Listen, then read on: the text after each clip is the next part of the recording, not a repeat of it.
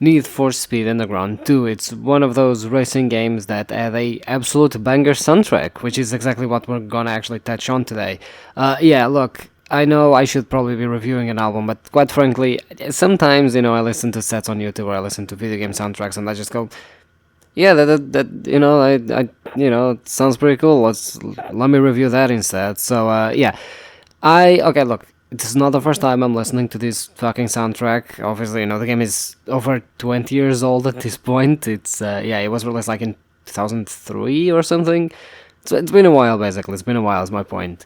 And yeah, obviously, a banger game as a banger soundtrack aside it. Now, if you don't know Underground 2, I don't know why you'd click on this video, but essentially it's a racing game, from the era of racing games where everything was sleek and cool, and it was all about customizing your car with like different colors and, fucking shit like wrapping and whatnot, like that just making it look cool, the era where having anime girls in your car was actually like considered cool and not completely fucking cringe, basically. So yeah, that's the type of game that we're talking about here, and the songs kind of reflect that. Obviously, nowadays you don't really have these types of soundtracks anymore. It's very rare nowadays for games to actually have, it's not commissioned, it's licensed soundtracks. Most studios just prefer to have composers in studio that they can just hire to, or just have hired to just make the soundtrack. It's cheaper, you can profit on the soundtrack because you can sell it separately and everything. It's just way less of a hassle to deal with things, right? Nowadays, especially nowadays, having to license shit out of record labels, which are very, very many angry, even more than video games, good fucking luck, basically. It's good fucking luck, at least to actually do that with good songs, and and even then, like, even when they allow you to, they specifically want you to like use some songs more than others and everything, because or like they want you to push you within certain songs and whatnot for marketing purposes, rather than just trying to assemble a bunch of tracks that actually fit the theme of the game. Thankfully, back in this area, these tracks do fit the game pretty well. The game is mainly, the game soundtrack is mainly divided in three areas, I guess. You have some hip hop, you have some EDM, and you have some like rock. And honestly, being honest, this was, I think, my first introduction to proper EDM.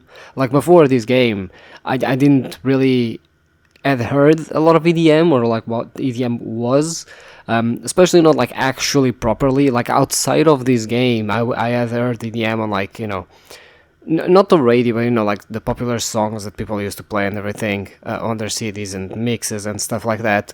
But this was like the first proper introduction to EDM songs. You know what I mean? So I'm glad about that. Because this game actually has some interesting EDM songs. And honestly, alongside that, hip hop, same thing. I don't listen to a lot of hip hop. I don't like that much about hip hop. For some reason, though, in this game, I don't know, like it sounds good. You know what I mean? Like, I'm not a huge fan of hip hop in general, but in this game, I'm like, yeah, I vibe with this, actually. I fucking vibe with this, because I think it fits the theme of the game so well, that slick, that, what do the kills, or what do the kids nowadays say, like, suave, that swag, I guess that's more old, like, boomer fucking slang nowadays, but, it has that aesthetic of, it's cool, right? You know what I mean? And so as a result, I can actually dig a lot of the hip hop songs, even though generally I wouldn't. I did realize something nowadays, though. I was listening to the songs, and a lot of them are very censored. And I just thought that back then it was like, oh yeah, it's a musical decision to not have rapping in this part, and it's like, actually, no, they're just censoring a bunch of curse words because the fucking hip hop songs have a bunch of curse words, which I never understood. Look, you're fucking listening to hip hop. Why are you, just fucking censoring curse words? You know what I mean? It doesn't make a lot of fucking sense, honestly. But obviously the soundtrack, and given that this was early 2000s, especially the huge rise of especially emo rock. This has by far way more rock songs than EDM or hip hop. This has like 6 hip hop songs, 7 EDM, and it has like 14 rock songs. So definitely much heavier on the rock songs. I guess they were also, again, easier to obtain because that was the most popular thing at the time.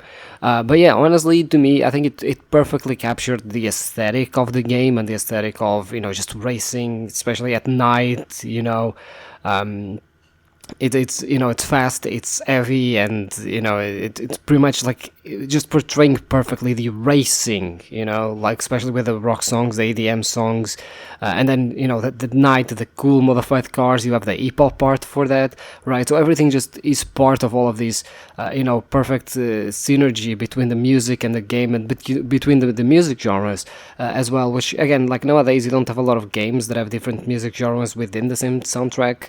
But in this case, it just perfectly blends with each other, and it just perfectly enhances what the game is and what the soundtrack of the game actually is. And then you just have just funny things when it comes to some of the songs. The song that is like the main theme of the game, I guess, is The Doors' "Riders on the Storm," but it's actually a remix, right? With Snoop Dogg. So basically, it's The Doors' "Riders on the Storm," but it's Snoop Dogg rapping over it. And I gotta be honest, I've heard stuff, like I've heard a lot of features from Snoop Dogg in a lot of other popular artist songs, like Gorillaz, for example. Katy Perry. Honestly, Snoop Dogg, if you actually read what he writes, it sounds incredibly cringe. Like, it just sounds like really corny. But then you hear him rap it and you go, holy shit, that's really fucking cool. Like, in this fucking song, there's a lyric that stuck with me for a long time, which is something like, coming in first, never in last, cause my car too fast. And then it does the zoom, zoom. And, I mean, look, if you write that shit down, you go, yeah, it's kind of a fucking cringe lyrics, isn't it? Like, like, if you're coming in first, you're not coming in last. It's a bit fucking obvious. But then he fucking raps it in a way where you're like, yeah, but that's so fucking cool, I don't know how he does it. It's just that I think he has this uncanny ability to just be able to make shit cool when it shouldn't be. You know what I mean? So I guess it's the amount of weed that he has smoked over the years. So I don't know, like, yes, it's just as a weird ability. Like, I'm sorry, like some of his lyrics really aren't the best. At the same time, I shouldn't be talking, because again, I don't listen to too much hip hop or whatever. But I just found that kind of funny. All of the other like hip hop songs are a bit more on the aggressive. I guess like I find it really funny because these mix to me perfectly displays the aesthetic of the game. It's all about like the racing and being slick and cool with it, and look at us, you know what I mean? And it's pretty much the intro of the song, or the intro of the game, pretty much. The other hip hop songs tend to be a bit more. I mean, some of them sort of are in the registry of, it's cool and whatnot, it's sleek. Some of them are more aggressive. But yeah, obviously, when it comes to actually the racing part itself, and not so much the, car part and looking at us.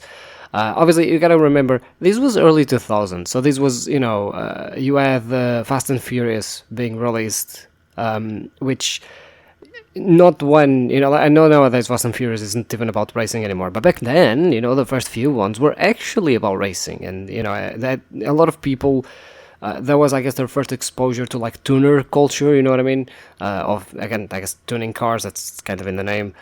So a lot of these games, especially draws from that. A lot of this game kind of like gives you a way of playing that, which is, I think, why the game was so popular to begin with, and why the game is still regarded as one of the best, because it perfectly encapsulates that aesthetic, and especially being at night, you don't have the cops like in other Need for Speeds, right? So it's all in that aesthetic, so it's just really good, especially, again, like the hip-hop tracks really aid that aesthetic, you know what I mean? It really aid in enhancing that aesthetic.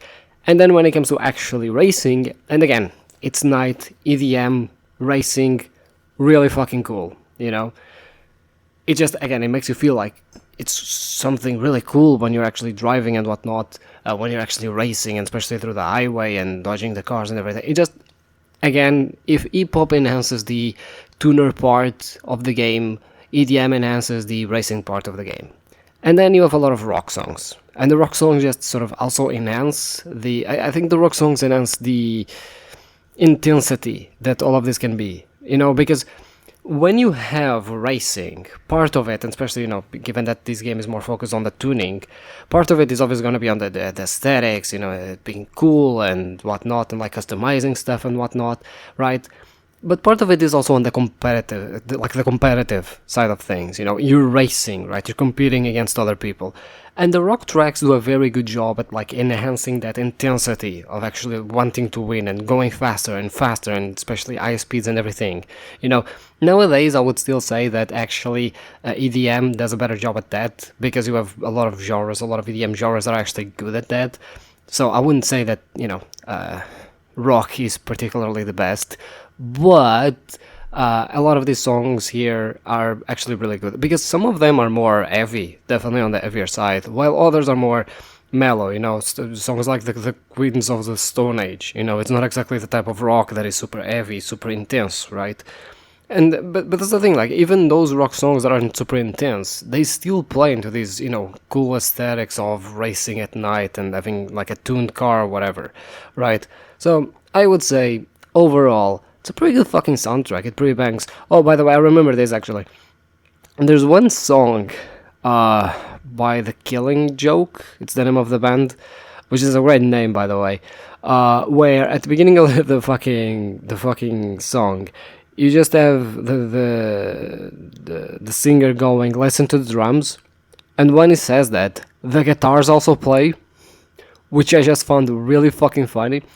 I guess they have different definitions for drums. I don't know, but yeah, you have a lot of these very edgy, I guess, songs. It's very unapologetic, just sort of, in your face, out there, not caring too much, which, when you're driving illegally on the streets at high speeds, you kind of want to have that edge, you know what I mean? Which is also something that the early 2000s did a lot of. There was this edginess to everything, which is why emo rock got so popular to begin with.